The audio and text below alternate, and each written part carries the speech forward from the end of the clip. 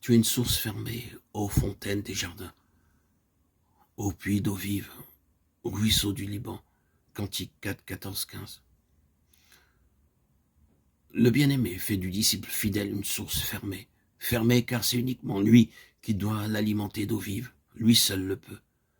L'âme doit toujours rester auprès du Seigneur et en sa dépendance pour recevoir et communiquer de sa vie aux autres lorsqu'ils le demandent ou lorsque les autres en ont besoin.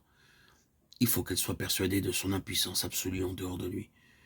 Il est celui qui possède, contrôle, emploie tout ce qu'il communique, tout ce qu'il est en l'âme rachetée.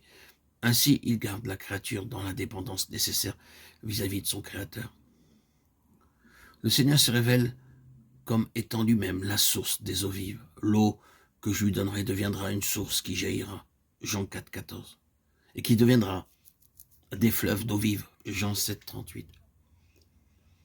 À quelles conditions le Seigneur communique-t-il les eaux vives? Celui qui croit en moi, dit-il. Mais les paroles impliquent qu'il faut demeurer uni à celui qui peut communiquer les eaux vives. Il ne suffit pas d'un seul acte de foi. Il faut une action continuelle de la foi qui garde l'âme en lui, car il est sa vie. Celui qui croit en moi, moment après moment, perpétuellement, en permanence, demeurera alors en moi, et de lui couleront les fleuves de ma vie. Jean 7, 38. Quant aux autres, et aux conditions nécessaires pour que les sources soient ouvertes en leur faveur, nous trouvons celles-ci en 2 leçons. 2 choses au livre des rois. L'huile qui remplit les vaisseaux vides, 2 Rois 4, 2, 7. Et l'eau qui remplit la vallée des fosses, 2 Rois 3, 16.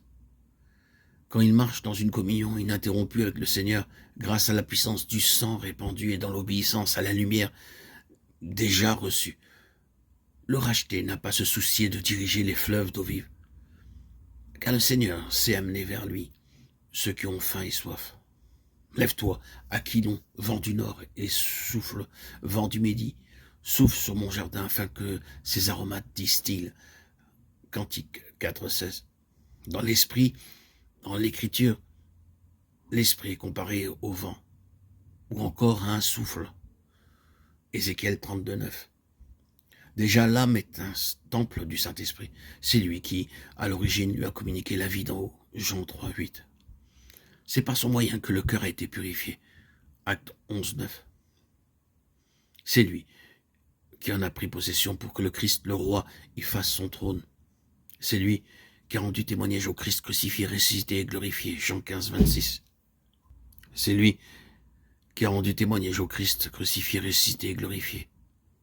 Lui qui l'a conduite dans toute la vérité concernant la mort avec Christ, mais aussi l'union en sa résurrection et son ascension. C'est lui qui l'a conduite hors du domaine terrestre, jusque dans les lieux célestes, jusqu'en cette vie de résurrection qui commence au calvaire et s'étend au-delà.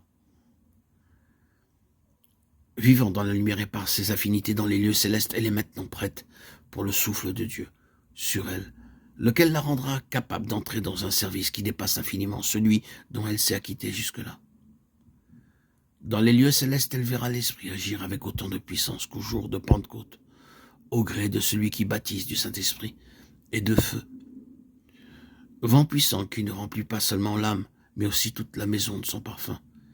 C'est lui qui fait distiller les aromates précieux en paroles de vie, selon que l'Esprit conduit.